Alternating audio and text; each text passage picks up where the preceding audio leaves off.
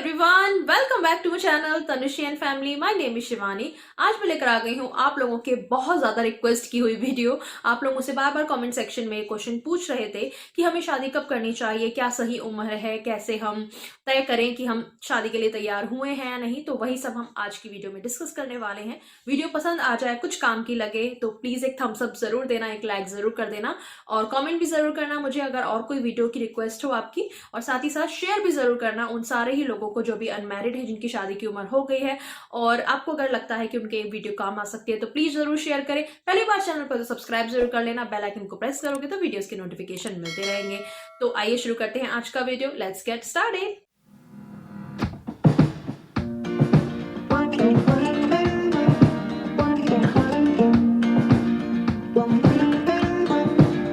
अगर आप मेरे चैनल के रेगुलर व्यूअर हैं तो आपने मेरी पुरानी वीडियोस में मुझे ये कहते सुना होगा या कमेंट सेक्शन में भी मैंने बहुत सारे लोगों को ये रिप्लाई दिया है कि चाहे शादी हो या फिर बच्चा करना हो, ये ऐसे डिसीजन है ये आप तभी लीजिए जब आप खुद से उसके लिए तैयार हो।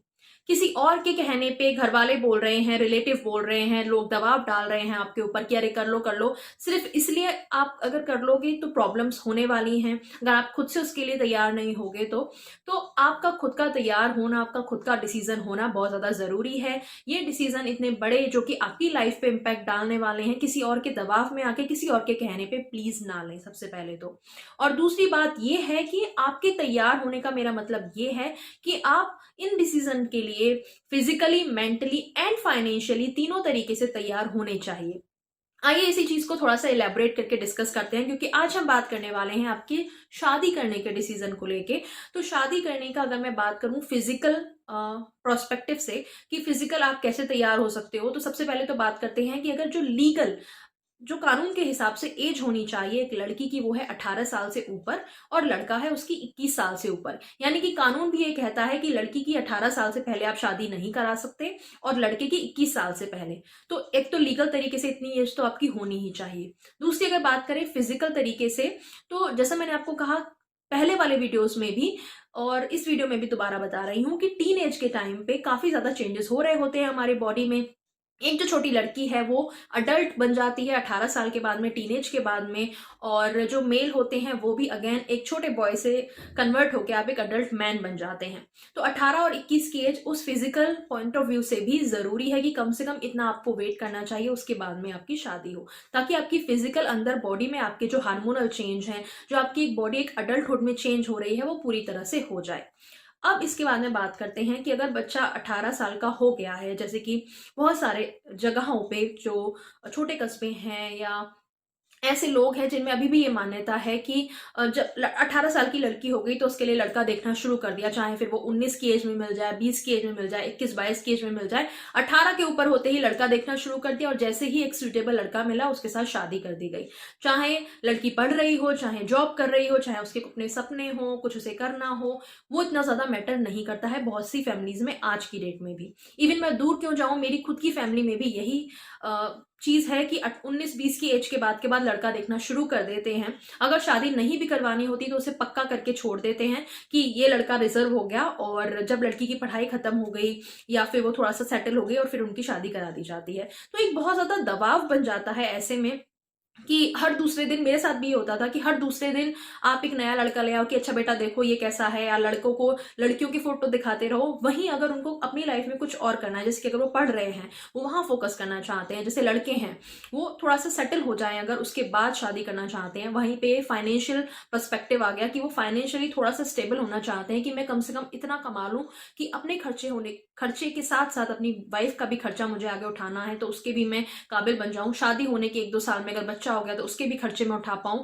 अगर आप फाइनेंशियली तैयार नहीं हो गए तो अगेन वही प्रॉब्लम, चिक चिक चिक चिक लड़ाइयां होती रहेंगी। तो आज की डेट में थोड़ा बहुत फाइनेंशियल सेटलमेंट भी देखना पड़ता है कि लड़का जो है वो थोड़ा बहुत अच्छा खासा कमा रहा हो, जिससे कि खुद भी खा सके और लड़की को भी खिला सके।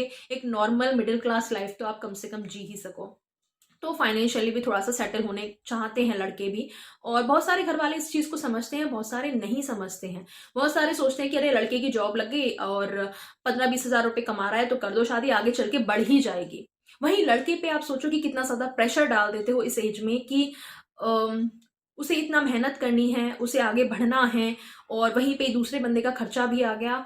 तो मुझे ऐसा लगता है कि जब तक वो खुद से डिसाइड ना कर लें, खुद से आप अपने लिए गोल तैयार कीजिए कि अम, किस एज तक या किस स्टेज तक मैं तैयार हो जाऊंगा शादी के लिए। मैं जैसे कि लड़के हैं वो इस तरह से सोच सकते हैं कि मेरी इतनी सैलरी हो जाए, मैं कम से कम इतना कमाने लगूं कि मैं अपनी और अपनी वाइफ को एक अच्छा हाउस होल्ड दे सकूं, एक अच्छे तरीके से एक घर हम चला सकें। जैसे कि आप कुछ भी डिसाइड कर सकते हो, जैसे 25,000 रुपये, 30,000 रुपये, 40,000 रुपये, 50,000 रुपये, अपनी क्षमता को देखते हुए, अपनी खुद की अभी कितनी आप कमाई कर रहे हो, कितना आप में पोटेंशियल है, आप कितने और अपना आगे आने वाले साल में बढ़ा सकते हो सैलरी, इस हिसाब से आप डिसाइड कर लें कि इतनी मेरी सैलरी हो जाएगी तब मैं शादी करूंगा। तो आप एक स्टेज तो अपने लिए ये बना सकते हैं, जो लड़के हैं स्पेशली वो, क्योंकि आज की डेट में आई नो लड़के लड़कियां दोनों कमा रहे हैं, लेकिन फिर भी जो सोल एक बंदा होता है जो घर का कमाई, मेन कमाई लाता है, वो आई थिंक आज की डेट में भी लड़का ही है। बिकॉज एक टाइम बाद लड़कियों को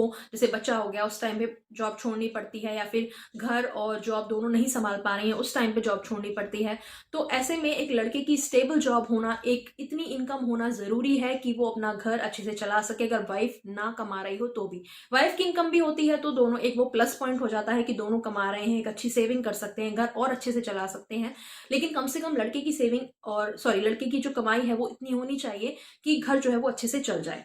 तो फाइनेंशियल आप एक ये बार्स अपने लिए सेट कर सकते हैं। दूसरा, अगर लड़कियों की बात करूं तो लड़कियों को भी एक अपने लिए सिर्फ ये नहीं सोचना चाहिए आज की डेट में कि मैं बस छोटी मोटी पढ़ाई कर लूं और ग्रेजुएशन कर लूं और फिर मेरी शादी हो जाएगी।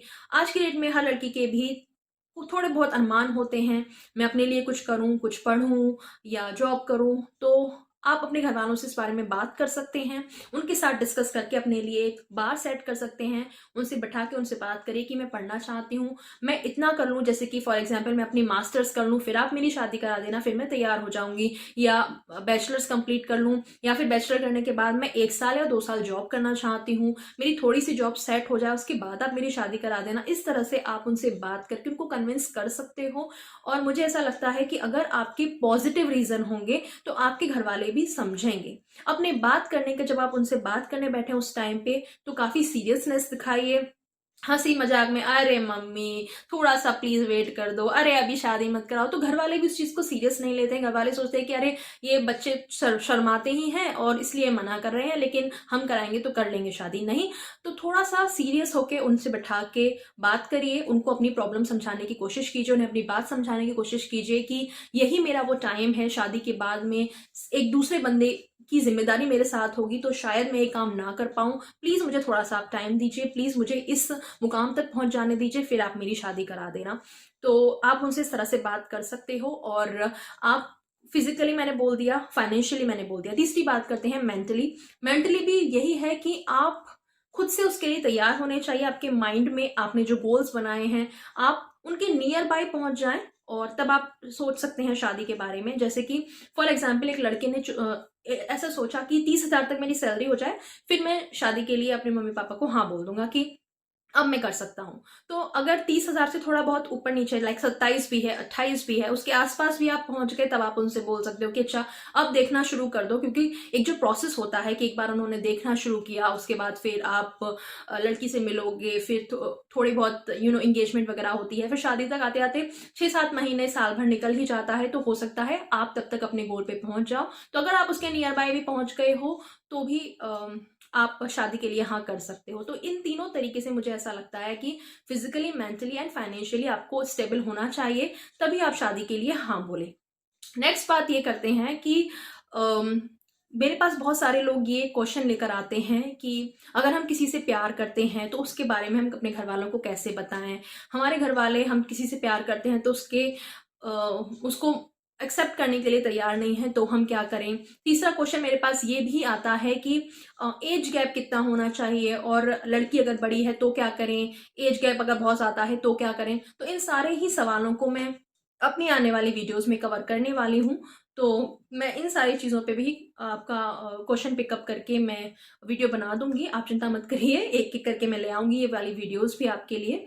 और एक और चीज़ आप मुझसे पूछते हैं कि अगर हमें खुद सेटल होना है और हमें थोड़ा सा टाइम चाहिए लेकिन घर वाले नहीं मान रहे हैं, ऐसे में क्या करें? जैसे कि मैंने आपको पहले भी बताया कि घर वालों से बात करो। और एक बहुत ही एग्जाम्पल देके मैं आपको एक चीज़ बताना चाहूँगी, मेरी फैमिली में भी ऐसे कुछ लोग हैं जिन्होंने काफ़ी उम्र के बाद शादी करी, जब वो खुद सेटल हो गए। जैसे कि मेरे एक भैया हैं, मेरे कज़िन ब्रदर हैं, उन्हें जज बनना था। तो उसमें क्या होता है ना कि आपने लॉयर लॉ उन्होंने करी, लॉयर वो बन गए, उसके बाद आपको प्रैक्टिस करती रहनी पड़ती है। उसके बाद आप पेपर्स उनको देने पड़ते हैं, अलग अलग सिटीज़ में जाके उसके सेंटर पड़ते हैं। तो उन्हें ऐसा लगा कि वो अगर किसी के साथ बंध जाएंगे, उसको छोड़ छोड़ के आप दूसरे शहर जा रहे हो अपने वाइफ को छोड़ के, या फिर आपको पढ़ाई में उतना कंसंट्रेट नहीं हो पाएगा, ऐसा उनको लगा। और उन्होंने अपने पेरेंट्स से बात करी। और आज की डेट में भी उनके जो पेरेंट्स हैं, मेरे जो मामा मामी हैं, उन्होंने उन्हें इतना टाइम दिया कि ओके, तू बन जा, तू कर ले तुझे जो करना है। और आज की डेट में उन्होंने इतनी भागम भाग करी, उन्होंने सब कुछ किया। मुझे ऐसा लगता है कि शायद उनका पार्टनर होता, उनकी शादी हो चुकी होती, तो वो उतना नहीं कर पाते। लेकिन आज उन्होंने किया। वो सिर्फ जज ही नहीं बल्कि वो एक प्रोफेसर बन चुके हैं, वो लॉ पढ़ाते भी हैं एक कॉलेज में। तो मुझे ऐसा लगता है कि अगर आपके मन में कुछ ऐसा हो कुछ करने का, तो आपके पेरेंट्स भी ज़रूर आपका साथ देंगे ही देंगे। हो सकता है पहली बार ना माने, 2 बार ना माने, 3 बार ना माने, आप उन्हें मनाओ, आप उन्हें समझाओ। और उन्हें अगर ऐसा लगेगा ना कि आप किसी सही रीज़न की वजह से वेट करना चाहते हो और किसी दूसरे बंदे को आप लाके उसे दुखी नहीं करना चाहते, उसकी ज़िम्मेदारी अभी नहीं लेना चाहते, तो वो आई थिंक समझेंगे इस बात को। तो आज की वीडियो में मुझे इतना ही बताना था और मैं चलती मिलूँगी आपसे अगले वीडियो में एक नए टॉपिक के साथ। आपके और भी कोई अगर टॉपिक हो शादी से रिलेटेड या अपनी कपल लाइफ से रिलेटेड, तो प्लीज़ आप मुझे कमेंट करके बता सकते हैं, मैं उस पे भी वीडियो बना दूँगी। Bye bye, take care.